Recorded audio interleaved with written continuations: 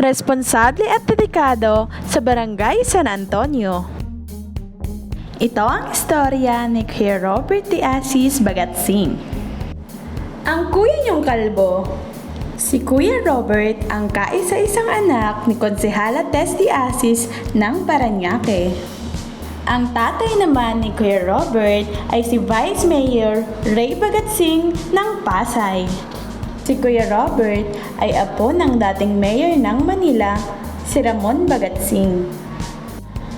Si Robert ay ninirahan sa Barangay Village noong 1981.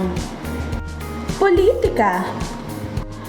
Si Kuya Robert ang kauna-unahang tumakbo sa politika sa pamilyang de Asis. Noong 1992, siya ay nahalal bilang SK Kagawad ng Barangay San Antonio at nakasama niya si Kapitan Boy de Lima, ang lolo ni J.R. Sanchez. At dito nila sinimulan ang Rescue 106. Nakasama rin ni Robert sa SK sila June Ayalin, Nessie Di Mayo, Jane Teriol, Maureen Gutierrez, Tess Ocampo at Jojo Herrera. Edukasyon. Si Robert ay nakapagtapos ng grade school sa St. Rita College, Parañaque. High school sa Montessori, BF Homes, Parañaque. Sa kolehiyo, si Kuya Robert ay nakapagtapos ng Philosophy at Human Resources sa San Beda University, Manila. Noong kolehiyo, siya ay naging presidente ng San Beda Debate Society.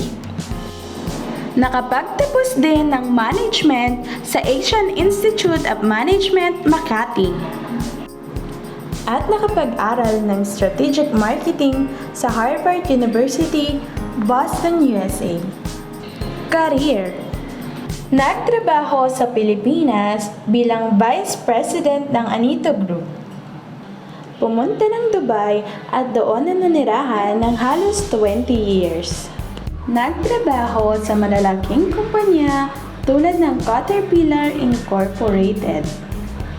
Binigyan si Kuya Robert ng maraming awards sa London, Dubai, New York dahil sa kanyang talino sa pagnenegosyo. Nagtayo ng negosyo at charity foundation kung saan si Kuya Robert ay tumutulong sa mahihirap na bansa. Headed by Robert Bagatsing, and he has created the biggest platform for engineers and scientists around the world. It's called Geniers.com, and he's got about 20 million in audiences every single month. So this is a platform where people read about advances in engineering and in science and all that. Robert, with his team, publishes 7 magazines, through Geniers.com. They have worked with so many great companies like Google, Apple, Amazon, Baidu and Todo in China, and then Yandex in Russia. They're big. They're big.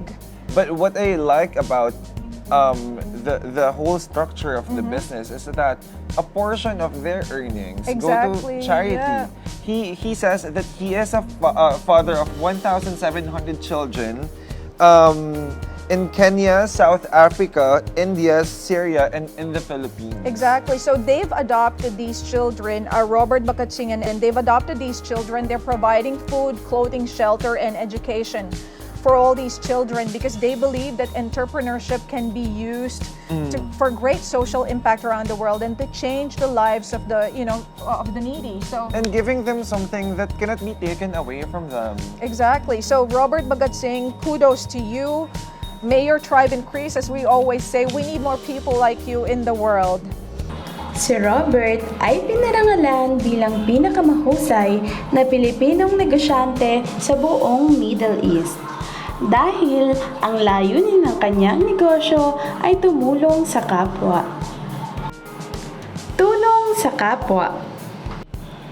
Sinimulan ni Robert ang pamimigay ng gamot, libreng edukasyon at livelihood projects noong 2013. Si Kuya Robert ay pumunta sa iba't ibang may hirap na bansa tulad ng Kenya, India, South Africa, Malawi, Iraq, Yemen, at Syria upang tulungan ang mga kapuspalad. Kada taon, 1,700 na kabataan ang kanyang tinutulungan sa edukasyon, kalusugan at kabuhayan. Ito ay upang maiangon sa kahirapan ang mga may hirap na komunidad. Ang pagtulong sa kapwa ang kanyang naging misyon sa buhay. Balik San Antonio na ang kuya mong kalbo. Noong 2022, bumalik na si Kuya Robert sa Parañaque at dito naman siya tutulong sa Barangay San Antonio. Sinimulan ni Kuya Robert ang pamimigay ng libreng gamot, bitamina at check-up. Mga libreng gupit, libreng solar lights, feeding nutrition, 1,500 pesos na financial assistance kada semester sa mga batang kapuspalad at livelihood projects. Paano makakatulong si Kuya Robert sa Barangay San Antonio? Tulong kalusugan. Ang nasimulan niyang medical mission sa Africa, dito niya ibubuhos sa Barangay San Antonio. Tulong pangkabuhayan. Ang nasimulan niyang livelihood project sa Middle East, ipagpapatuloy niya sa Barangay San Antonio. Tulong edukasyon. Ang nasimulan niyang financial education sa India, dito niya ibubuhos sa Barangay San Antonio. Tulong kaligtasan.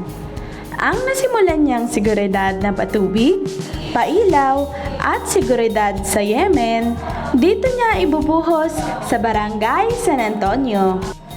Si Kuya Robert ay gagawa ng mga ordinansa upang makatulong sa mga kapuspalad.